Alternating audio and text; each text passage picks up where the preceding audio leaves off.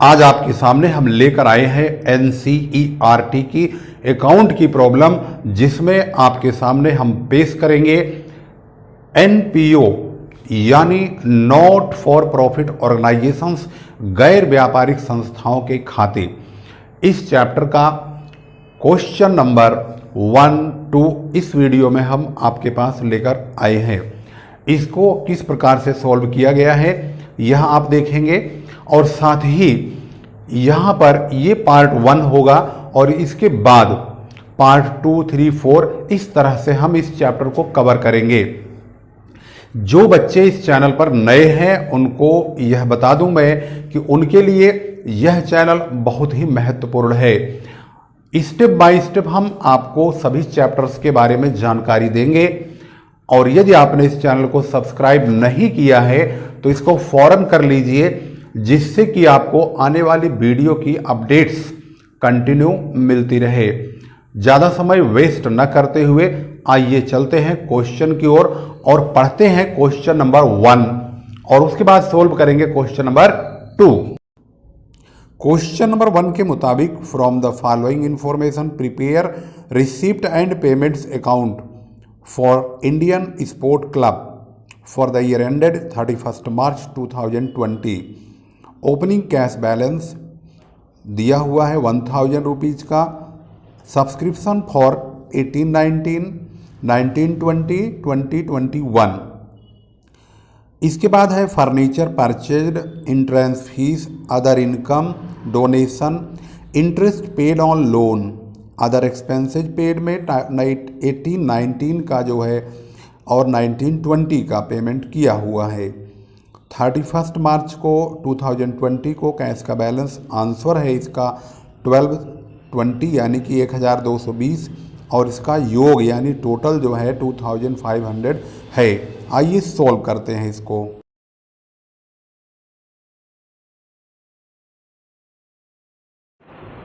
अब आपकी स्क्रीन पर आज हम लेकर आए हैं एक ऐसी महत्वपूर्ण प्रॉब्लम जो क्लास 12th के एनसीईआरटी की बुक से कनेक्टेड है, और उसमें जो पहला चैप्टर है अकाउंट का वो है गैर व्यापारिक संस्थाओं के खाते यानी accounts of not for profit organisations के अकाउंट्स हैं, और आज हम उनकी प्रॉब्लम सॉल्व करेंगे।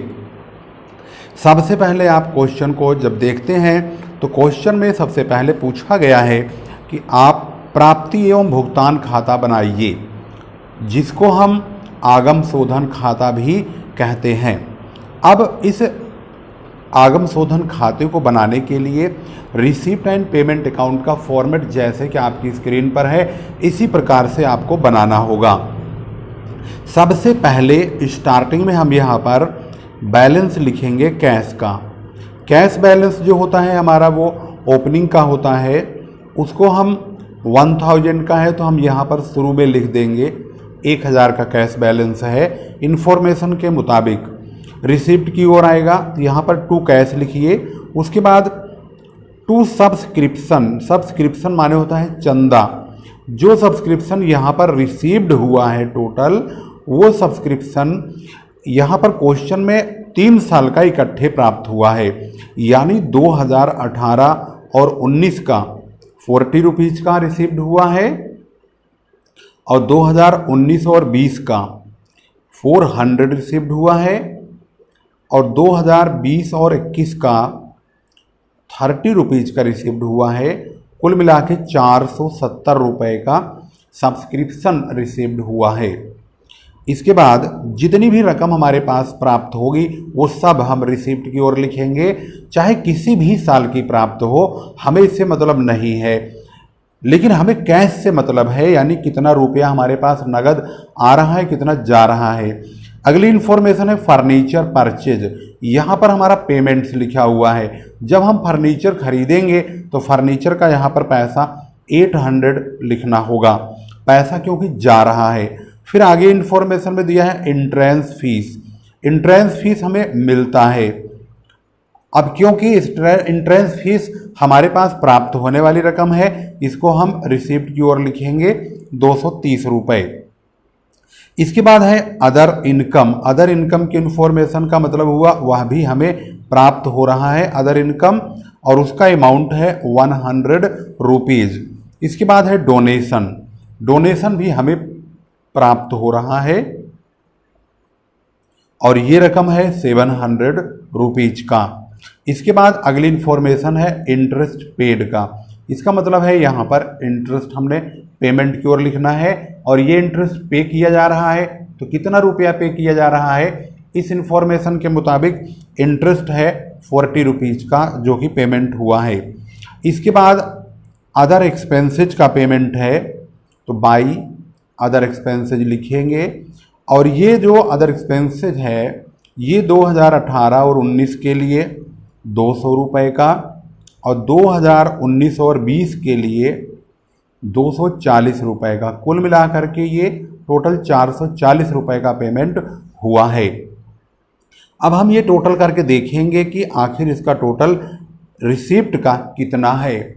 अगर हम रिसिप्ट साइड का टोटल देखते हैं तो 1000 यहाँ पे है, 400, 14, 2, 16, 1700, 18, 7, 2500 रुपये यहाँ पर टोटल होता है। हम दोनों तरफ 2500 रुपये लिख देंगे। 2500 रुपये में से 8, 4, 1280 रुपये घटा देंगे तो 1220 रुपये का बैलेंस बचेगा। इसको हम बाई बैलेंस CD के नाम से कैश के रूप में लिख देंगे 1220 रुपये। इस प्रकार से यहाँ पर दोनों काम हो गया। जब इसका टोटल आंसर आएगा तो वो होगा 2500 रुपये और इसका बैलेंस जो दिखाएगा वो 1220 रुपये यानी 1220 का दिखाएगा। इसमें आपको ये ध्यान रखना होगा जितनी भी नगद अमाउंट प्राप्त होने वाली है, जो भी रिसिप्ट होता है, चाहे किसी भी साल का प्राप्त हो और किसी भी चीज़ के लिए प्राप्त हो रहा हो, ये मायने नहीं रखता है, बशर्ते वो रकम कैश मिलनी चाहिए, उन सभी को हम रिसिप्ट की ओर लिखेंगे। और वह रकम जो भी पेमेंट हो रही है, चाहे किसी भी वर्ष के लिए हो रही हो, चाहे किसी भी कार्य के लिए हो रही हो, अगर वो पेमेंट है तो उसको आपको पेमेंट की ओर लिखना है, चाहे वो किसी भी वर्ष से रिलेटेड हो, उससे मतलब नहीं है, मतलब नगद से है, नगद होना जरूरी है। इसके बाद हम रिसिप्ट वाली साइड से पेमेंट वाली साइड को घटाएंगे, घटाने के बाद जो बैलेंस आएगा उसको यहाँ पर लिखेंगे बाई बैलेंस CD के नाम से। इस प्रकार से ये क्वेश्चन कंप्लीट हो गया है। और अब हम अगला क्वेश्चन देखते हैं, क्वेश्चन नंबर 2। अब आपकी स्क्रीन पर मौजूद है क्वेश्चन नंबर 2। निम्नलिखित विवरण से 31 मार्च 2020 को समाप्त होने वाले वर्ष के लिए हिना क्लब का प्राप्ति भुगतान खाता बनाइए। रोकड़ शेष यहाँ लिखा है 50,000 रुपये। 1 अप्रैल 2019 को सदस्यता शुल्क क्लब के 300 सदस्यों से 150 रुपये प्रति सदस्य लेना था, परंतु 25 सदस्यों ने इस वर्ष का चंदा यानी शुल्क नहीं दिया और 5 सदस्यों ने आगामी वर्ष के लिए अग्रिम चंदा दे दिया। वेतन 3,000 रुपये प्रति माह के हिसाब से फरवरी 2020 तक दिया गया है। अगले पेज की इन्फॉर्मेशन के अकॉर्डिंग किराया क्लब का यहाँ लिखा हुआ है 1500 रुपये प्रति माह के हिसाब से जून 2020 तक का किराया चुकाया जा चुका है। इसके बाद अगली इन्फॉर्मेशन में है फर्नीचर। फर्नीचर क्लब के लिए लिया गया है, जो कि फर्नीचर यहाँ लिखा है 10,000 रुपये अग्रिम में दिए गए, किंतु वर्ष के अंत तक 11,500 का ही फर्नीचर प्राप्त हुआ है। विविध व्यय, इसके बारे में भी कहा है 10,000 रुपये के विविध व्यय हुए हैं, जिनमें से 1,500 रुपये देना बाकी है। क्वेश्चन आपकी स्क्रीन पर है। जिन शख्स ने हमें क्वेश्चन भेजा है उसका जो है मतलब फ़ोटो जो है पिक इमेज वो थोड़ा सा ब्लर है, कोई बात नहीं, आप इस क्वेश्चन को मिला लेंगे और इसका सॉल्यूशन चलिए स्क्रीन पर देखते हैं। सबसे पहले आप इसका रिसिप्ट एंड पेमेंट अकाउंट का फॉर्मेट बनाएंगे और बढ़िया तरीके से बनाएंगे। जिस तारीख को ये समाप्त हुआ है यानी फॉर द ईयर एंडेड 31 मार्च 2020 को ये समाप्त हो रहा है, तो 2020 ही लिखेंगे और दोनों तरफ 4 कॉलम बनाएंगे, 2-2 कॉलम रिसिप्ट एंड पेमेंट के लिए, जिसमें आपकी लाइनें स्ट्रेट होनी चाहिए और उन लाइनों में लिखे जाने वाले शब्द भी बहुत ही क्लियर दिखाई देने चाहिए। एक तरफ रिसिप्ट और दूसरी तरफ पेमेंट्स एंड रुपीज़ का कॉलम होना चाहिए। इसके बाद टू बैलेंस BD हम कैश लिखेंगे, जो कि हमारे क्वेश्चन के मुताबिक 50,000 रुपये का दिया हुआ है, जिसमें आपने क्वेश्चन को देखा भी होगा, वहाँ पर 50,000 अमाउंट लिखा गया है।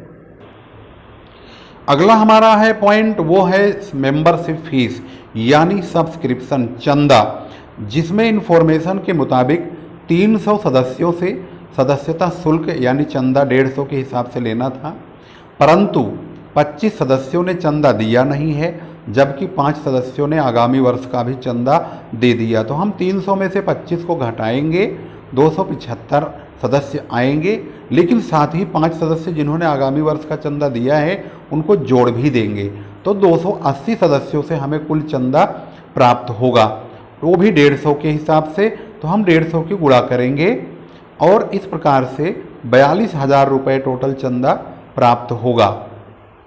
उसको हम यहाँ पर टू सब्सक्रिप्शन के नाम से लिख देंगे और ये 42,000 रुपये रिसिप्ट साइड में प्राप्त हो जाएंगे। इसके बाद हम अगला खर्चा देखते हैं, पेमेंट का नंबर आ रहा है और वो पेमेंट है सैलरी। सैलरी के बारे में ये लिखा गया है कि सैलरी फरवरी 2020 तक चुकाया गया है, यानी कि मार्च 2020 तक अगर चुकाते तो 12 महीने हो जाता, लेकिन अब क्योंकि उन्होंने 11 महीने तक ही चुकाया है, 1 अप्रैल 2019 से 31 मार्च 2020 तक नहीं चुकाया बल्कि फरवरी तक ही चुकाया है, तो 11 की मल्टीप्लाई हम 3,000 से करेंगे, 33,000 रुपये हम सैलरी बाई सैलरी के नाम से लिख देंगे। अगली इन्फॉर्मेशन है रेंट की।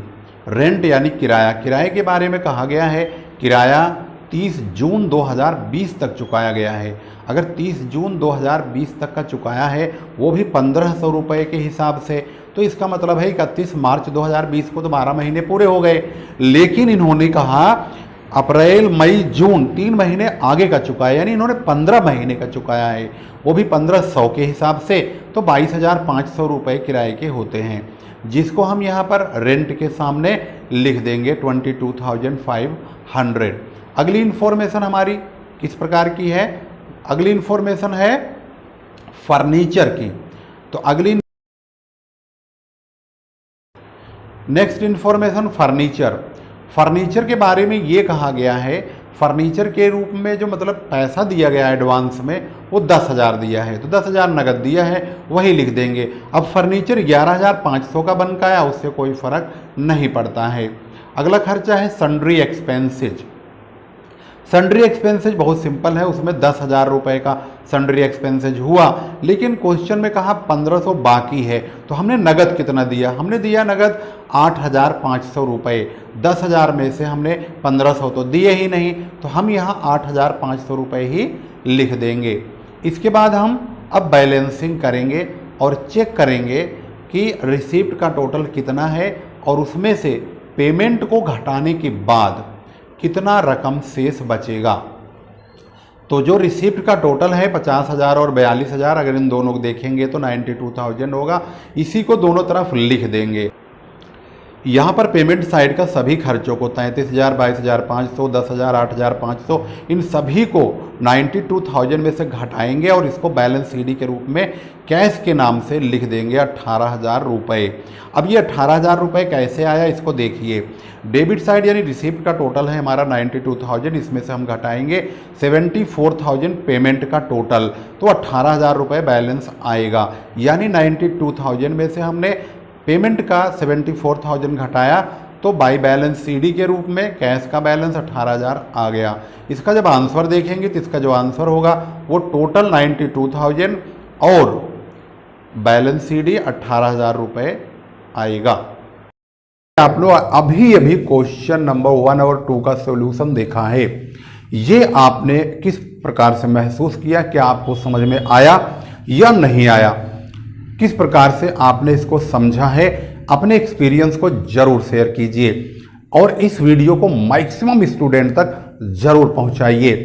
लाइक और कमेंट जरूर कीजिए, जिसकी वजह से हम मोटिवेट होंगे और आपके लिए एक नई वीडियो तुरंत लाएंगे। इस वीडियो का एक्सपीरियंस आप जरूर शेयर कीजिएगा।